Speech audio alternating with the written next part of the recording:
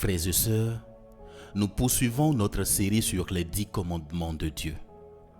Après avoir médité sur le 5e, qui nous enseigne à honorer nos parents, nous arrivons maintenant au 6e. Tu ne tueras point. Ce commandement, court mais puissant, exprime la valeur inestimable que Dieu accorde à la vie humaine. Chaque vie est un don divin créé en son image et donc sacré. Quand Dieu donne la vie, nul homme n'a le droit de l'ôter injustement. À travers ce commandement, l'Éternel nous enseigne à respecter la vie, non seulement par nos actes, mais aussi par nos pensées, nos paroles et nos attitudes. Ce précepte est fondamental car il touche au cœur même de la relation entre les hommes.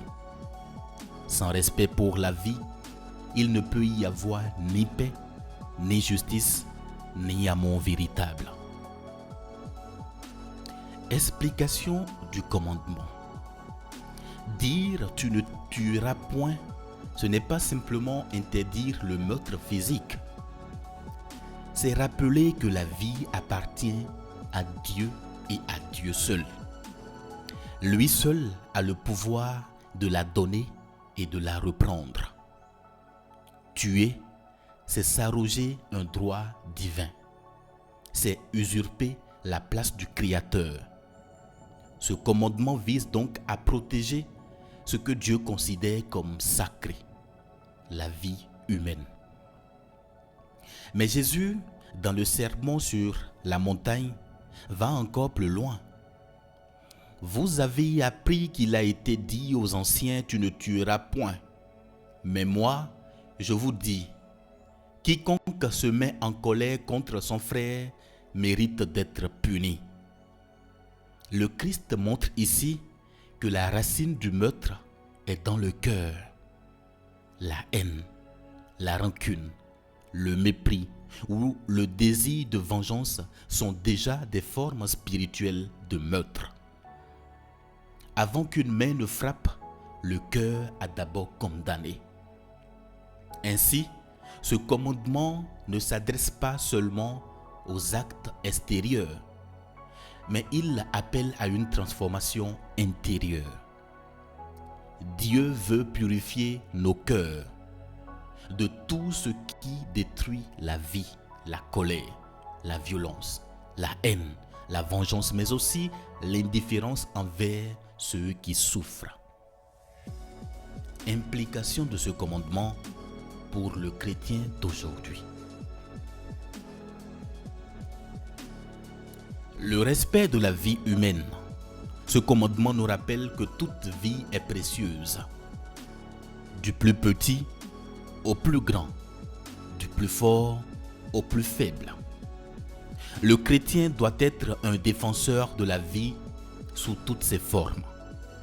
Cela inclut la protection des enfants, le respect des personnes âgées, le soin des malades et le refus de toute forme de violence. Dans un monde où la vie est souvent banalisée, Dieu nous appelle à être des témoins du respect et de la dignité humaine. La colère et la rancune. Jésus nous enseigne que la haine est déjà un meurtre dans le cœur. Garder la colère, nourrir la rancune ou souhaiter du mal de quelqu'un, c'est violer ce commandement dans sa dimension spirituelle. Le chrétien doit apprendre à maîtriser ses émotions, à pardonner et à laisser la justice entre les mains de Dieu. Car la colère, non maîtrisée, détruit l'âme, tout autant qu'une âme détruit le corps. Les paroles destructrices. On peut tuer sans verser de sang, simplement avec la langue. Les insultes, les humiliations, les mensonges ou les commérages peuvent détruire une réputation, blesser un cœur ou briser une vie. Le 6e commandement nous appelle donc à faire attention à ce que nous disons, car nos mots ont le pouvoir de donner la vie ou de détruire. L'indifférence face à la souffrance. Refuser d'aider quelqu'un dans le besoin, fermer les yeux sur l'injustice ou ignorer la misère, c'est une autre forme de mort spirituelle. Le parabole du bon samaritain nous montre que celui qui ne tue pas, mais qui laisse mourir sans rien faire, transgresse aussi l'esprit de ce commandement. Aimer la vie, c'est aussi la défendre, la protéger, la soutenir.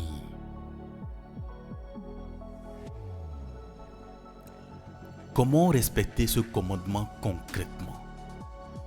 Cultiver la paix intérieure. La violence naît souvent du cœur troublé. Pour respecter ce commandement, il faut d'abord apprendre à maîtriser ses émotions, à prier quand la colère monte et à laisser Dieu apaiser nos tempêtes intérieures. La paix extérieure commence par la paix du cœur. Pratiquer le pardon. Refuser le pardon, c'est entretenir un feu intérieur qui finit toujours par brûler. Jésus nous appelle à pardonner, non pas pour excuser le mal, mais pour ne pas laisser la haine détruire notre âme.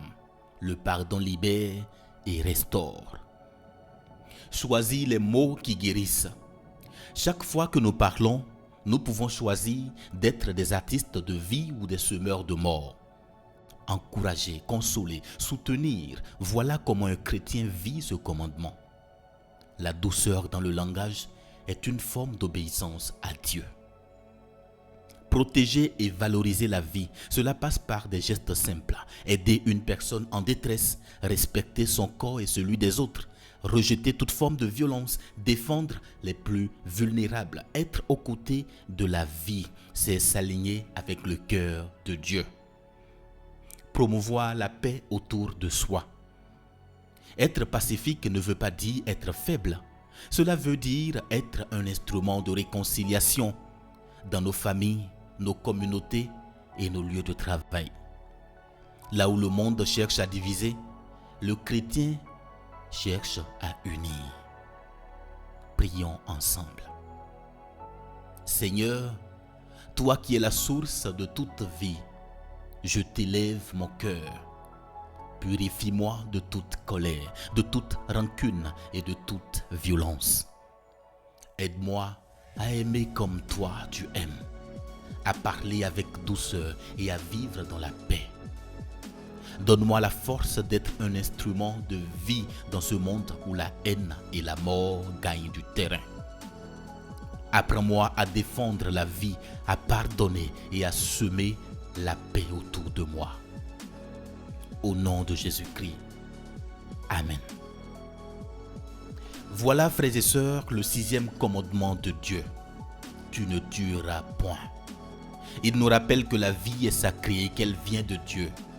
Respecter ce commandement, c'est protéger la vie physique, mais aussi cultiver la paix intérieure, la bienveillance et le pardon.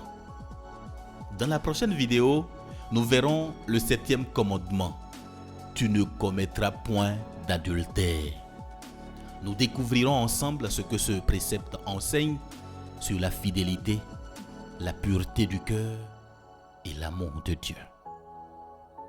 Soyez bénis.